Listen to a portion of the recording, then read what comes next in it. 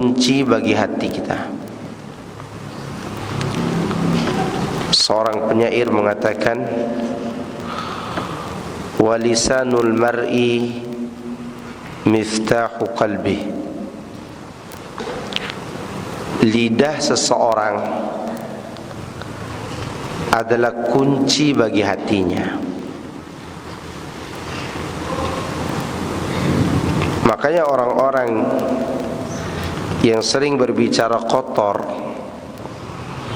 sebenarnya dia sedang menjelaskan bahwa hatinya adalah hati yang kotor. Sebaliknya, orang yang sering berbicara kebaikan, pada hakikatnya dia sedang menjelaskan bahwa hatinya hati yang baik. Maka oleh karena itu, jagalah lidah ini, karena lidah bagian daripada anugerah Allah yang wajib untuk dijaga keindahan dan kemurniannya, karena dia adalah kunci bagi hati kita. Coba perhatikan firman Allah dalam surah Al-Ahzab. Di surat tersebut Allah Azza wa Jalla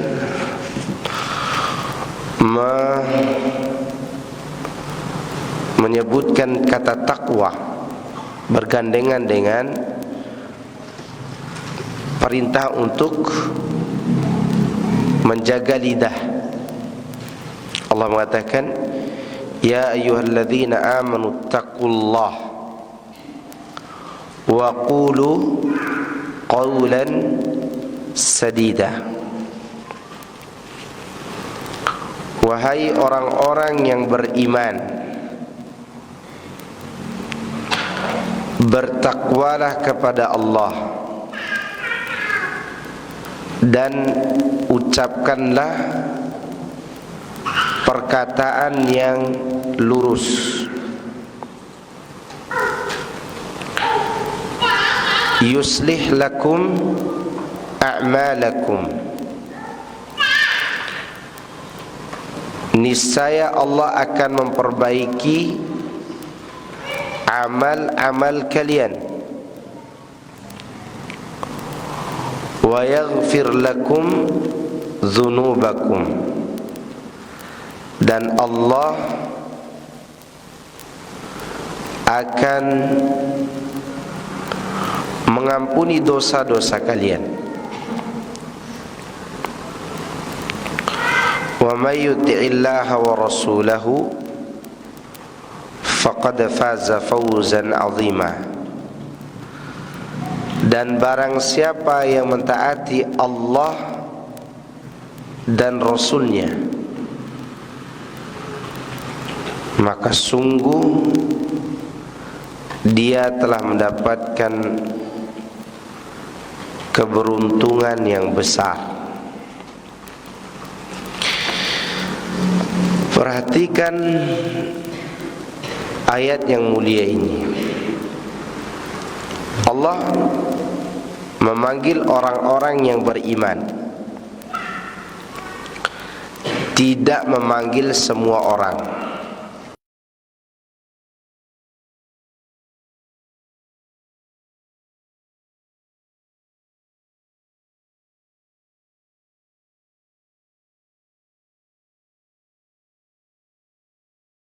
Pada Allah, takwa amalan apa? Amalan hati atau amalan anggota tubuh? Jawabannya seperti perkataan Nabi sallallahu alaihi wasallam, at-taqwa hahuna. Nabi berisyarat ke dadanya. Itu menunjukkan bahwa takwa tempatnya di hati. Setelah itu Allah mengatakan, dan ucapkanlah ucapan yang lurus. Tadi sudah kita singgung di awal, ucapan yang disampaikan lidah adalah ungkapan dari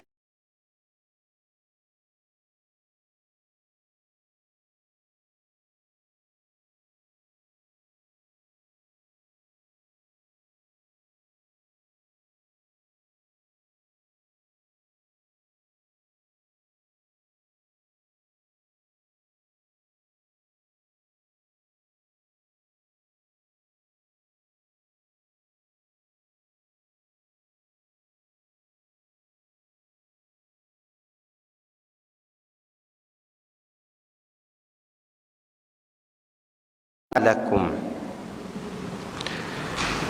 Allah akan memperbaiki amal mereka. Jadi kalau mau melihat orang yang baik, amal yang dia sembunyikan yang tidak kita lihat, maka perhatikan ucapan-ucapan yang dia sampaikan. Kalau dia suka menasihati, tidak segan menasihati orang, dan dia juga suka menerima nasihat dari orang lain, dia sampaikan kebenaran walaupun pahit kepada teman-temannya. Saksikan orang seperti ini biasa menyembunyikan amal kebaikan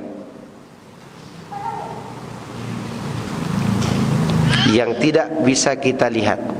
Karena Allah berjanji, orang yang bagus ucapannya akan Allah perbaiki amalnya. Dan tidak ada orang yang paling bagus ucapannya melebihi orang-orang yang mengajak manusia kembali kepada Allah. Sebagaimana Allah berfirman, "Wa man ahsanu qawlan mimman da'a ila Allah wa amila salihan wa qala innani minal muslimin."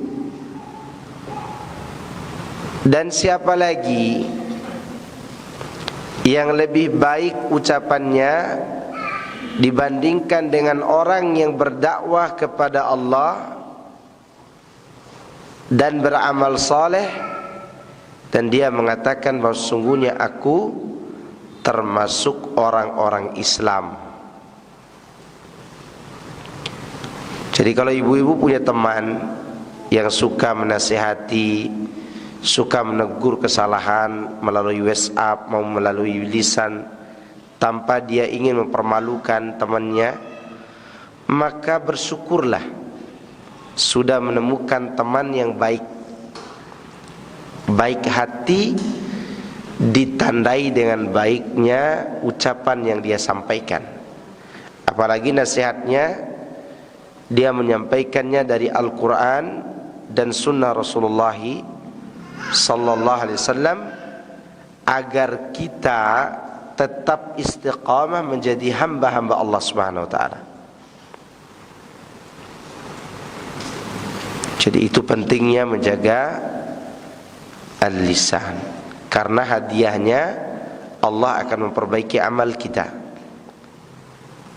Nah, kalau ada ustadz, entah itu yang kita dengar di YouTube atau kita dengar di media atau di TV-TV sunnah, kelihatannya sih tegas, tapi yang dia sampaikan Al-Quran Sunnah, Al-Quran Sunnah di atas pemahaman para salaful ummah, maka ustadz seperti itu jangan semakin dijauhi. Karena ketika dia mengucapkan ucapan yang lurus, itu bertanda bahwa dia orang yang baik amalnya. Dulu ada seorang ulama namanya Sufyan bin Uyainah. Beliau orang yang tegas. Bahkan salah seorang muridnya protes, jika Anda seperti ini terus, maka orang-orang akan meninggalkan majelis Anda.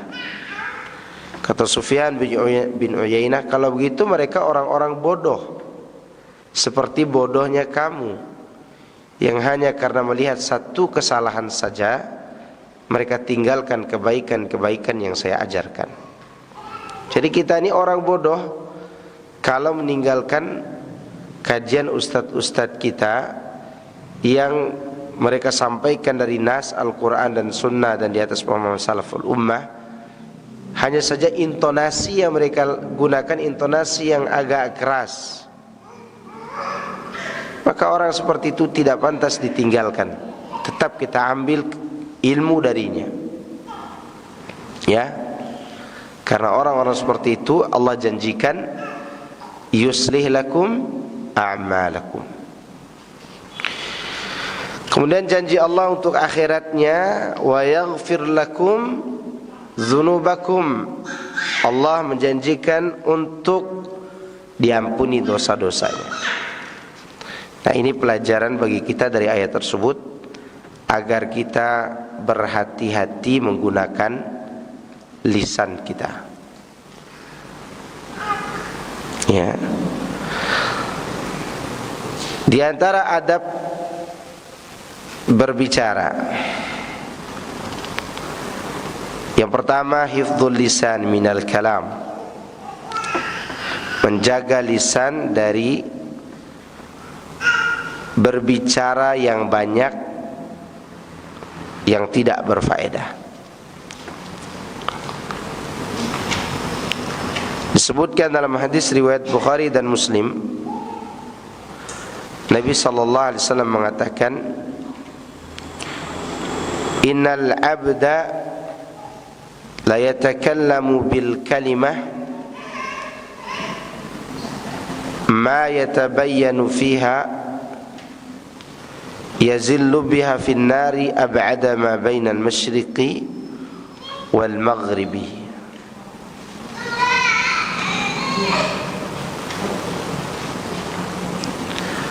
Sesungguhnya seorang hamba benar-benar berbicara dengan satu kata yang dia tidak tahu efek daripada ucapannya itu, apakah dia berdampak positif atau negatif, dia tidak tahu. Dia ucapkan saja, maka dengan sebab itu kakinya tergelincir jatuh ke dalam neraka yang jauhnya antara timur dan barat.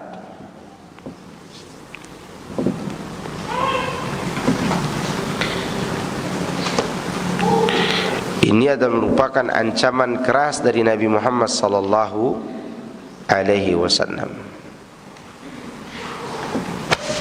Sebaliknya Nabi SAW mengatakan, man yadmanu li ma bainal lihyaihi wa ma baina rijlaihi admanu lahul jannah.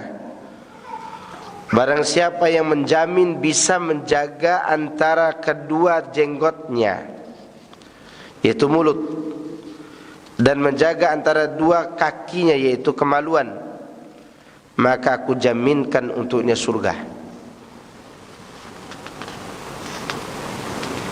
Ini namanya motivasi dari Nabi. Kalau tadi ancaman, yang ini motivasi. Jadi tidak ada yang selamat lidahnya melainkan jaminannya surga. Demikian juga selamat kemaluannya dari perbuatan zina.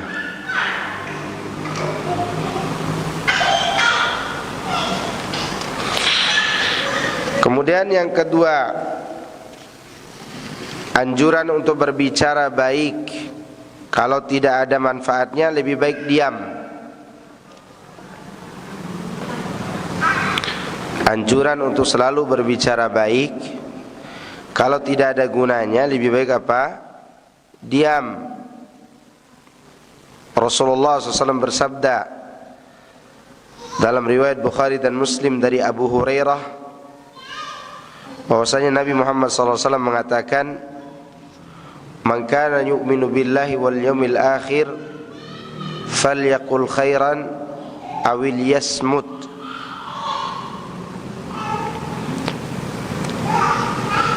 Barang siapa yang beriman kepada Allah dan yaumil akhir, maka hendaklah dia diam maka dia hendaklah dia berbicara baik atau diam. Di sini Rasulullah SAW mengkaitkan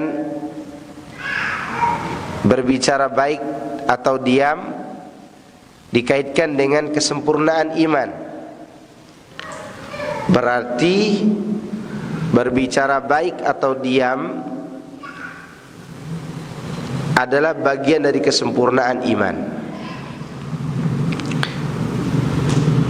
Diam dalam artian di sini diam ketika tidak ada gunanya kita berbicara,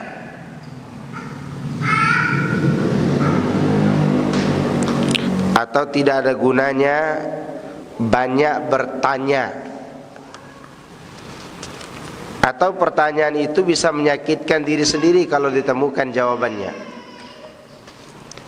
Contoh ibu-ibu, ini pertanyaan ibu-ibu yang biasa sering nonton sinetron atau drama. Maka kurangi itu nonton sinetron dan drama. Pertanyaannya begini, tolong anak-anak dikondisikan.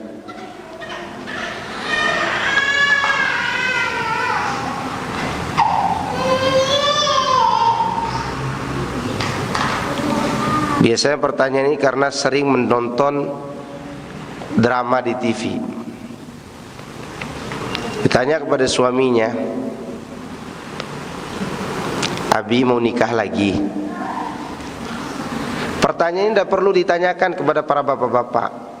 Menanyakan hal itu sama dengan menanyakan besok ada matahari atau tidak. Karena laki-laki disifati oleh Allah Subhanahu wa taala dengan itu, tidak perlu ditanyakan. Yang perlu ibu-ibu tanyakan adalah tanyakan kepadanya sudah sejauh mana dia memahami tauhid, sejauh mana dia memahami sholat, supaya itu mengajarkannya kepada ibu-ibu. Karena kalau bertanya seperti itu sama saja mengajarkan mereka munafik atau berbohong setelah itu. Kalau dia jawab dengan jujur maka itu akan menyakitkan. Kalau dia jawab dengan tidak jawaban yang jujur maka dia akan berbohong. Maka sesuatu yang tak perlu ditanyakan dan hanya akan menghasilkan pertikaian dalam rumah tangga adalah pertanyaan yang satu itu. Anda tanyakan apakah Abi mau nikah lagi atau tidak, itu hanya menghabiskan waktu dan energi. Karena itu sama saja menanyakan matahari besok ada atau tidak. Matahari tetap ada besok. Setelah dia terbenam, matahari itu akan datang lagi. Akan perlu ditanyakan hari Selasa ada matahari? Tidak perlu.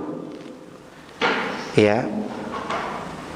Maka lisan itu gunakan untuk mencari sesuatu yang berpahala, bukan yang menyakiti diri sendiri. Biasa orang seperti itu terpengaruh dengan sinetron, drama, ini itu yang maunya dicintai oleh suaminya kayak seperti di sinetron. Cinta seperti itu tidak butuh kita.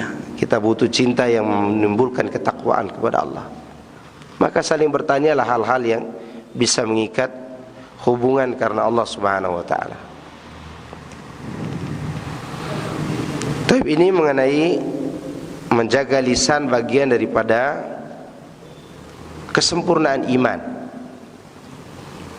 Ya, kesempurnaan iman kita dilihat daripada lisan yang terjaga dari ucapan yang tidak berguna. Makanya Imam Syafi'i rahimahullah mengatakan lidah kita ini seperti modal dalam berdagang.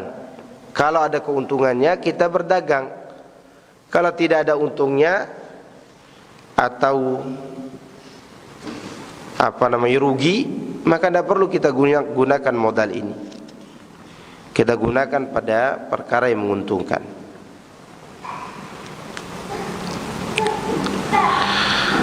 Kemudian yang ketiga, al-kalimatu thayyibah sedekah. Nabi menyebutkan kalimat yang baik itu adalah sedekah. Ini juga termasuk motivasi dari Nabi SAW, di mana kalimat yang baik disamakan dengan sedekah. Beliau mengatakan wal kalimatu thayyibatu shadaqah, dan ucapan-ucapan yang baik adalah sedekah. Apalagi ucapan itu menggembirakan hati, itu sangat memberikan pahala seperti pahala sedekah. Ya, akan mendatangkan pahala seperti pahala orang yang bersedekah.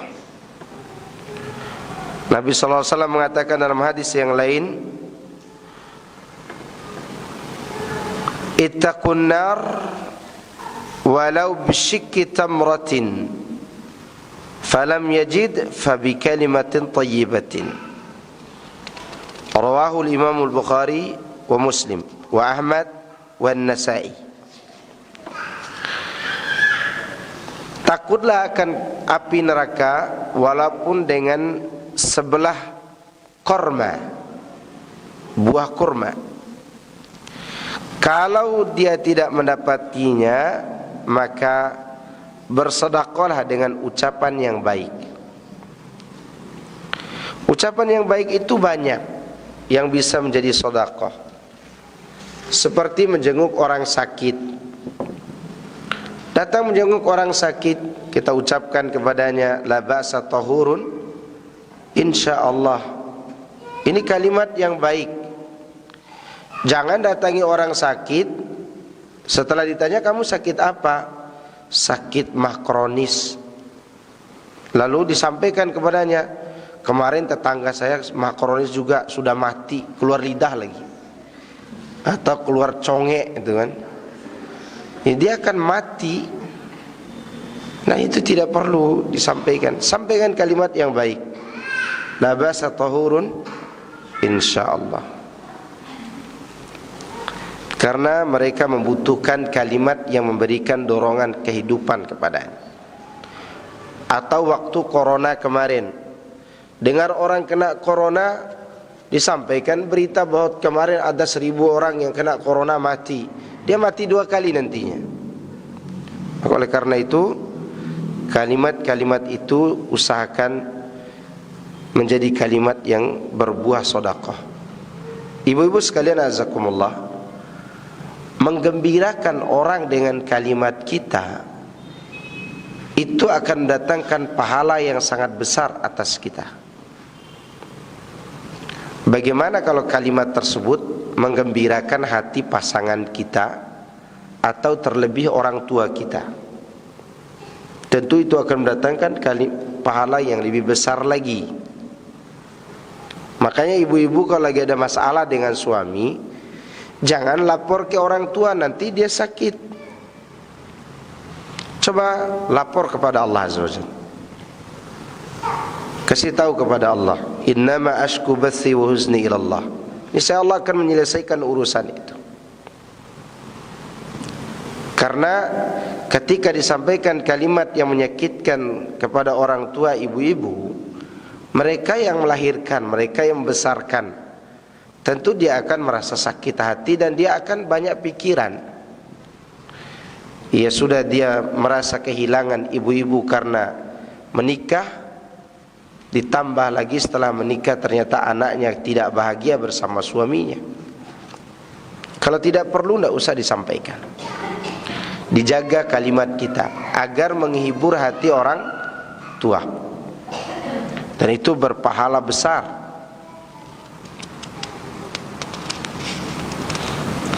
Kemudian yang keempat, keutamaan orang yang sedikit berbicara dan dimakruhkan banyak berbicara. Jadi makruh terlalu banyak bicara yang tidak berguna. Tapi kalau bicaranya berguna, tidak apa-apa banyak. Misalnya daurah nih 3 jam, ahkamul janaiz, berguna enggak? Berguna. Tapi kalau daurahnya 3 jam hanya untuk ngerumpi orang saja, itu tidak berguna, bahkan membawa dosa, bahkan jatuhnya haram. Atau bicaranya tidak haram, tapi tidak berguna. Misalnya ibu-ibu ini duduk berkelompok gitu. Apa yang dibicarakannya? Tentang sepak bola Liga Italia. Kira-kira berguna nggak buat ibu-ibu? Nah, ada gunanya. Lebih baik ibu-ibu bicara tentang merek susu apa nih buat anak-anak biar dia gemuk tapi tidak terlalu gemuk. Berguna nggak itu? Itu berguna.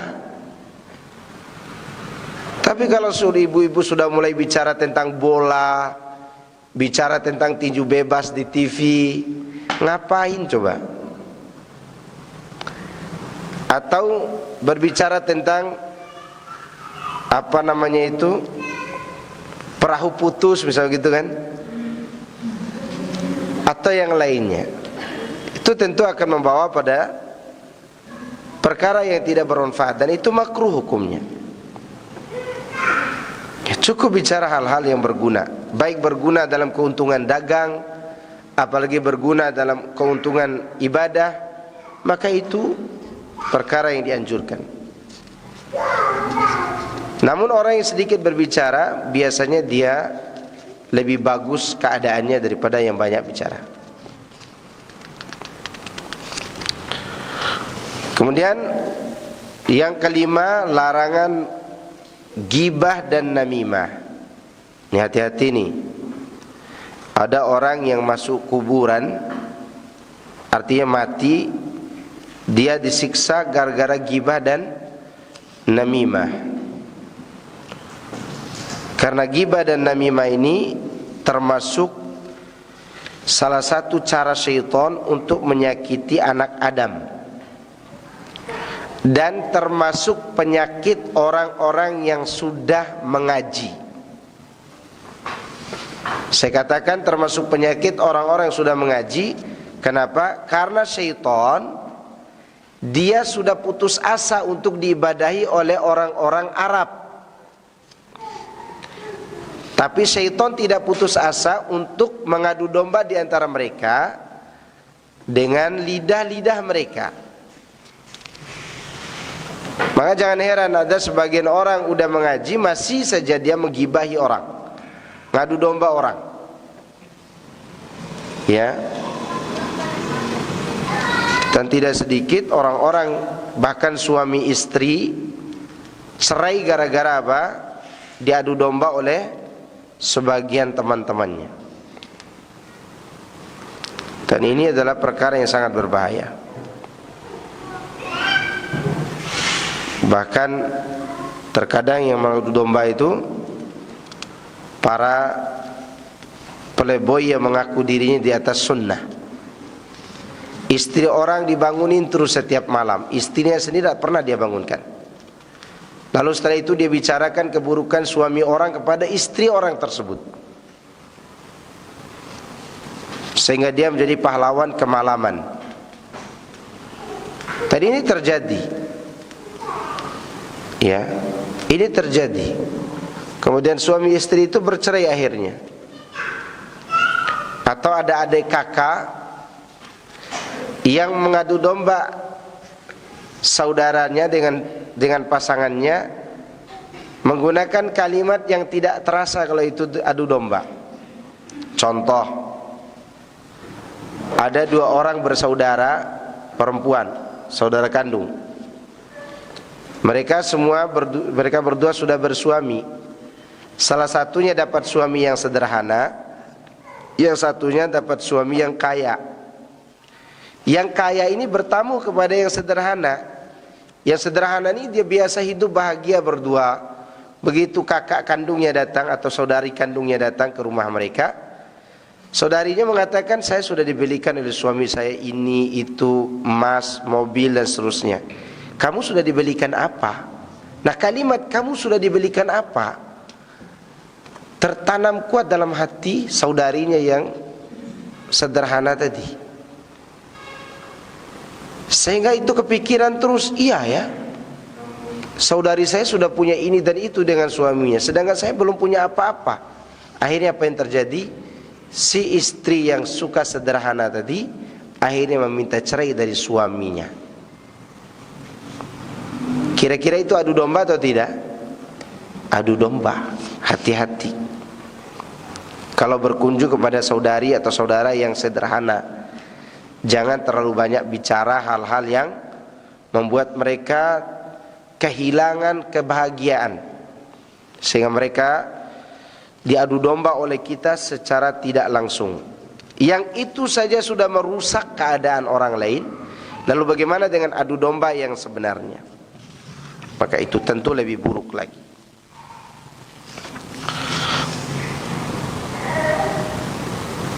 Kemudian mengenai ghibah yang dibolehkan, ada beberapa keadaan.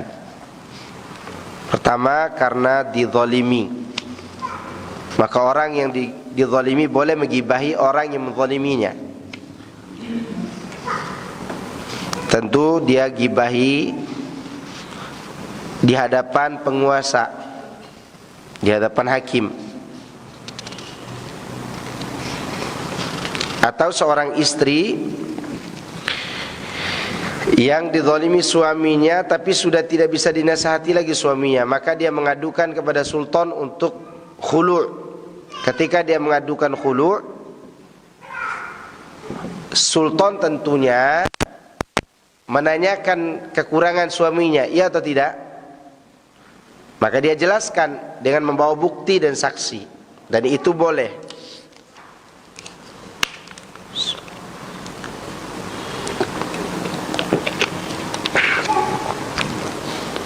Itu boleh.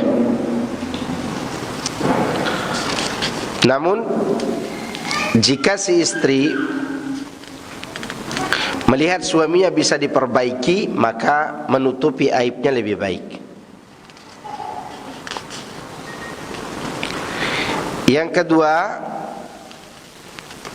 menggibahi orang untuk meminta pertolongan kepada orang lain yang bisa mengingkari kemungkarannya. Karena ada orang berbuat mungkar, tidak ada yang bisa mengingkarinya kecuali orang lain. Kita tidak mampu. Misalnya ada aparat yang oknum aparat yang jadi backingan adu ayam misalnya. Kita tidak bisa mengingkari kemungkarannya kecuali harus melapor kepada aparat yang di atasnya. Kalau dulu ditangani oleh PM, polisi militer. Sekarang tidak tahu kalau di kepolisian. Kalau tentara ada polisi militernya. Itu boleh tuh meminta pertolongan kepada yang di atasnya atau kepada yang berwenang agar merubah kemungkaran tersebut. Yang ketiga, bertanya untuk mendapatkan fatwa, meminta fatwa tentang orang yang menzaliminya, dan ini digibahi di hadapan yang memberi fatwa, bukan kepada semua orang.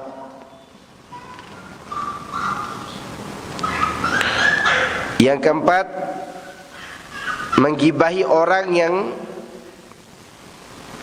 keburukannya meluas, seperti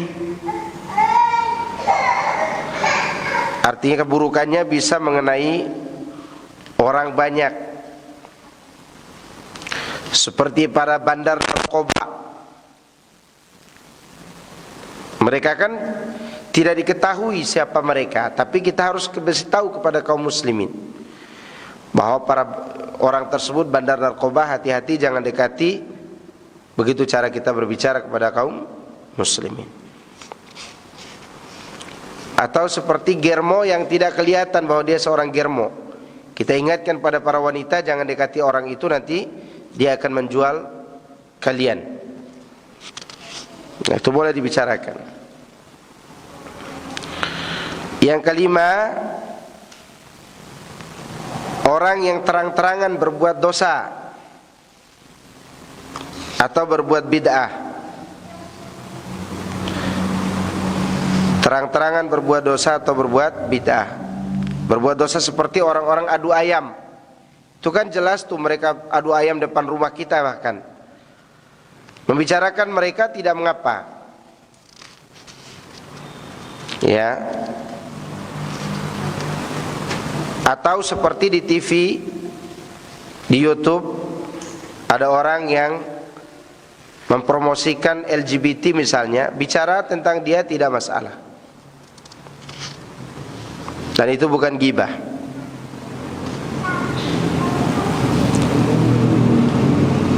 Apalagi terang-terangan mempromosikan diri sebagai para lelaki yang memiliki senjata tumpul. Dan itu kefasikan yang zahir. Mempromosikan diri sebagai seorang PSK misalnya, maka boleh dibicarakan karena dia berbangga dengan perbuatannya tersebut. Atau membicarakan para penyanyi-penyanyi, nah, itu boleh karena dia terang-terangan berbuat dosa.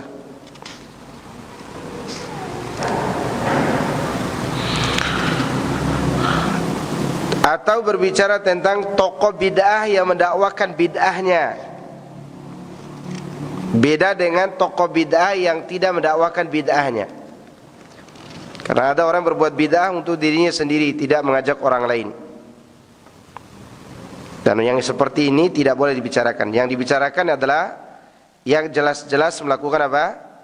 Perbuatan bid'ah dan syirik. Yang kelima, menggibahi orang yang memiliki fisik yang kurang hanya untuk perkenalan saja. Misalnya di sini ada 3 orang namanya Muhammad. Ada orang yang bertanya, ada yang bernama Muhammad di sini? Ada. Yang ditanya bertanya lagi, Muhammad mana dulu nih? Ada Muhammad yang tompel pipinya yang kanan, ada Muhammad yang hidungnya pesek, ada Muhammad yang hitam, yang mana? Nah, tompel itu biasa dianggap aib. Nah, boleh menyebutkan.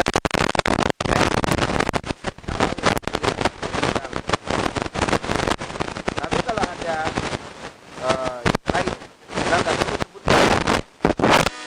yang ngajar bahasa Inggris, oh ya, walaupun ada tompelnya, tidak boleh disebutkan tompelnya, karena dia diketahui dengan profesinya. Atau Muhammad yang ngajar olahraga, berarti Muhammad yang hitam gitu kan. Atau Muhammad yang ngajar IPA misalnya, hidungnya pesek. Dan tidak perlu disebutkan aibnya itu, cukup disebut apa? Yang dikenal saja dari profesinya. Tapi kalau orang yang bertanya tidak tahu profesinya, tidak tahu ayahnya, tidak tahu istrinya, tidak tahu anaknya, yang dia tahu Muhammad saja, maka ditanya, Muhammad yang mana nih? Gitu. Ada yang tompel, ada yang hitam, ada yang pesek. Maka disebutkan salah satu aibnya agar orang yang bertanya mengenalnya, atau yang ditanya juga mengenalnya. Ini mengenai ghibah. Kemudian yang paling penting, jaga lidah dari perkataan dusta. Karena perkataan dusta, kata Nabi, wa innal kadhiba yahdi ilal fujur, wa innal fujura yahdi ilan nar. Sungguhnya dusta mengantarkan kepada perbuatan jahat, dan kejahatan itu adalah perkara yang mengantarkan ke neraka. Wa innar rajula la yakdzibu hatta yuktaba indallah kadzaban. Sungguh seorang laki-laki atau seseorang terus berdusta hingga dia ditetapkan sebagai seorang kadzab di sisi Allah. Kadzab itu orang yang kedustaan telah menjadi karakternya, telah menjadi perangainya. Dan kedustaan itu seperti bangkai, meskipun sekarang tidak diketahui orang, suatu hari nanti orang akan mengetahui bahwa seorang telah berdusta. Wal iyadzubillah, semoga Allah melindungi kita dari ucapan ini. Jam berapa? Coba lihat HP. Sudah jam 17.40. Saya kira segitu dulu yang bisa saya sampaikan. Sebenarnya masih banyak. Semoga ini bermanfaat bagi kita semuanya, dan semoga ini menjadi motivasi bagi kita dan juga ancaman bagi kita agar kita tetap menjaga lisan kita dari perkataan-perkataan yang buruk. Ada pertanyaan? Masih ada waktu? Ada waktu. Berapa menit? Oke. Ada pertanyaan silakan. Ibu-ibu masih sempat bertanya enggak?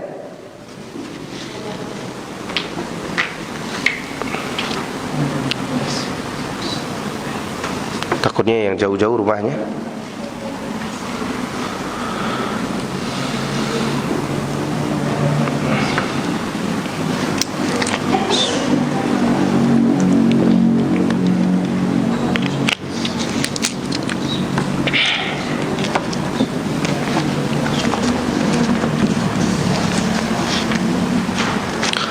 Tidak ada pertanyaan?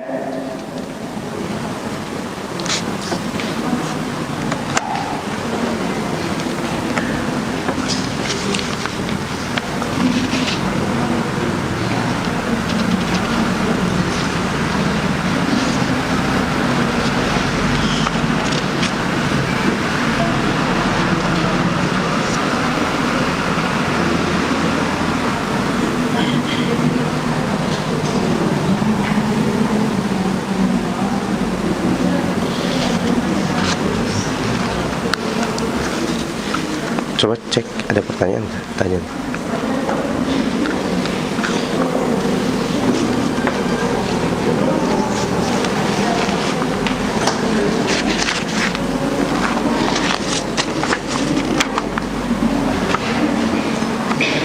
Gak ada yang bertanya? Baik, subhanakallahumma bihamdika asyhadu an la ilaha illa anta wa astaghfiruka wa atubu ilaik. Wassalamualaikum warahmatullahi wabarakatuh.